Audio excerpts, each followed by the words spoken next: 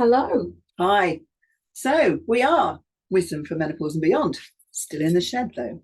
We are still in the thread. So So today we thought we'd talk about, if I can find my voice, we're doing a webinar on menopause without HRT. menopause without HRT.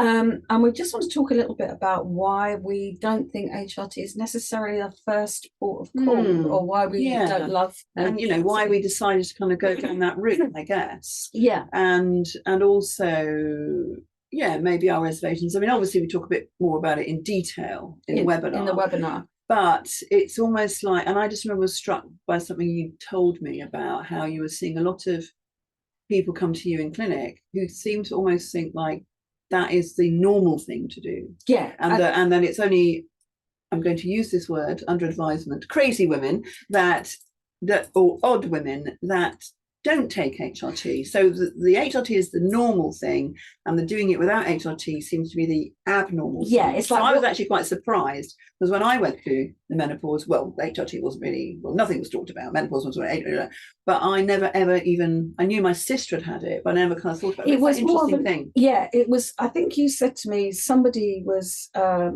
because they had a condition, they couldn't take it. Yeah. Unfortunately, they can't take it, so they're looking for alternatives. And it's almost like I can't put my hands in washing up liquid, so I'm looking for an alternative because I'm a little bit different from the rest of the crowd. And actually, we just wanted to sort of touch on the reasons that why women go through menopause. It's not clearly understood, but there's estrogen is an incredible, powerful drug. It's a powerful natural hormone that is a very powerful drug. It does amazing things in the body. It's so powerful. It grows eggs, it grows follicles, and children. It grows babies, it runs our libido, it runs so much in our body. It runs our brain, it runs our memory, it runs our bone health, it runs everything. And it's such a powerful hormone, but it isn't just in one. It's not just estrogen. There's different forms of estrogen, different pathways for estrogen, different ways estrogen is produced and absorbed in the body.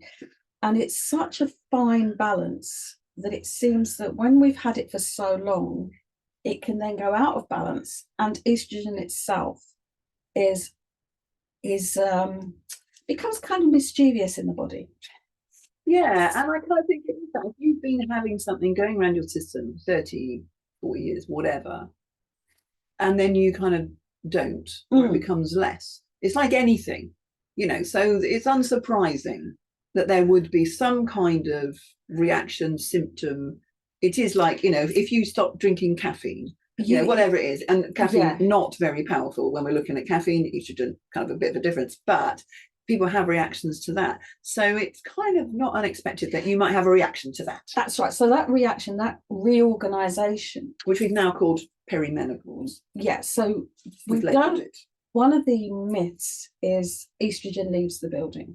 We don't have any more estrogen. So estrogen does all these things. So when it goes, that all stops.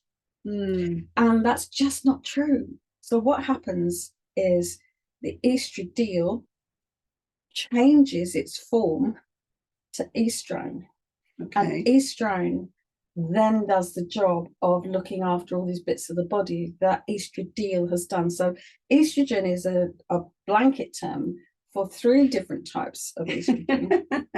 And there's different pathways that form it, but there is all sorts of different ways. But so the body doesn't just get all the estrogen and goes, well, that's it, out the building. So it's a bit it's not like Rider Haggard and she, where she goes into flame and all the rest of it, and then she just crumbles. No, estrogen doesn't leave the building. The incredibly powerful form of estrogen that grows babies, that does all these different things, that goes, and then we have a softer one that runs the brain and the fogginess and looks after the bones and looks after things. So, and I always rally a little bit against the term it's part of the aging process, because aging indicates that things are falling off. bones are aging, joints are aging, drooping. Yes. Everything's kind of running out, going away.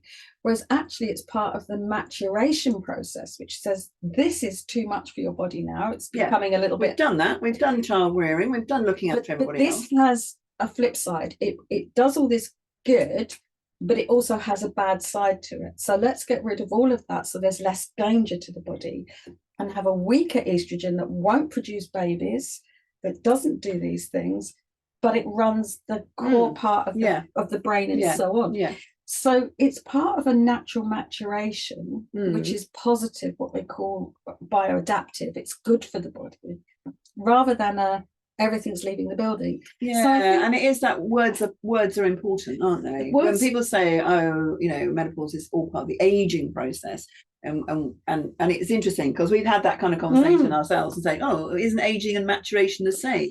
But they kind of are, but they kind of have a different feel about them. Yeah. And so aging definitely feels like things are being lost that we would like to keep.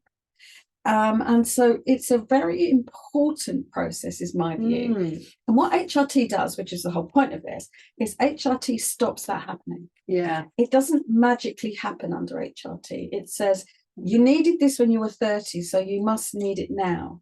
So it kind of goes in and it gives you estradiol. It gives you some very strong estrogens. It's not well balanced, so it's not, because everyone is individual, because people are different, they don't take your bloods and keep you every month on a process and see what you need and what you don't need. Everyone just gets given something and say, how do you feel about that? Yeah, try it for 6 months. Try it for 6 months. And I see a lot of people that don't feel well on it, but a lot of people think that the menopause is happening magically underneath. No. So this covers the symptoms. It's a bit like a hangover, recovers while you're on paracetamol, and it kind of does. You take the paracetamol to take the edge off, and by the end of the day, and is that why some people say, well, it worked at the beginning? It worked at the beginning, and then it's not, and then it isn't, and then the kind of solution is we'll take more, or take something almost different. Might make it worse. And I have seen people that have been given in the same practice of doctors. One said they shouldn't have it, one said they should have double, one said try it and see how you feel about quadrupling it. Blimey. But nobody does it. If you wanted thyroxine because your thyroid isn't working very well, they would take bloods, put you on the you get the right dose, you get the right dose, then they test you again, and then every 6 months you need more blood tests. This is not very well looked after, as well as being, do we really need it? Because the hangover's curing while the paracetamol's keeping you feeling happier. The HRT might stabilize you for a bit, but if you have to come off of it, if your health changes or legal things change or medical advice changes. So it is that going back to what we've always said, planning's important. Planning's important. So don't go into this without knowing what your body likes. Don't think HRT is to stop your body rotting away, because that's what it is. It's like, if I don't do this, then it will all crumble, as you said. So HRT isn't the next logical step. No. And what it can do, benefits, it does have benefits, is if it suddenly takes you by surprise and you're not coping, it can buy you a couple of years where you think about what to do next. Yeah. It can buy you time while you sort out your life so you can try different things. Yeah. It can bring a little bit of comfort, but it's really not. If you take HRT, you won't age, and it will keep you young. But you're still going to get to 85. But anyway, we talk about this in great detail. We give lots of different things at the webinar. We talk through this.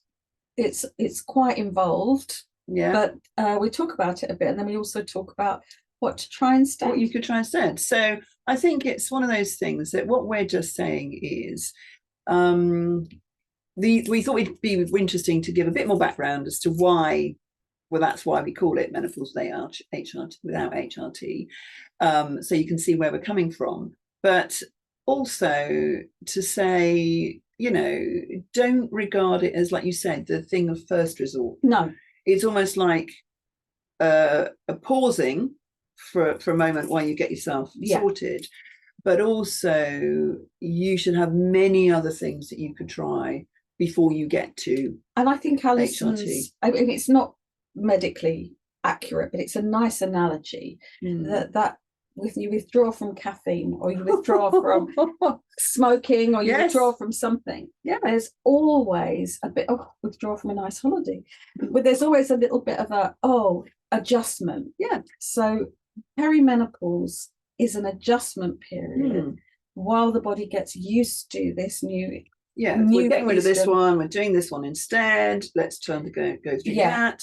So and it can get a bit stuck sometimes. It can get a bit overexcited, but the process should be fairly smooth, but it shouldn't be we shouldn't expect it to be bad. So great. So we hope to see you at the webinar sometime, but just have a bit more on our about website for the next date. We're running them about every month. So brilliant. There we go.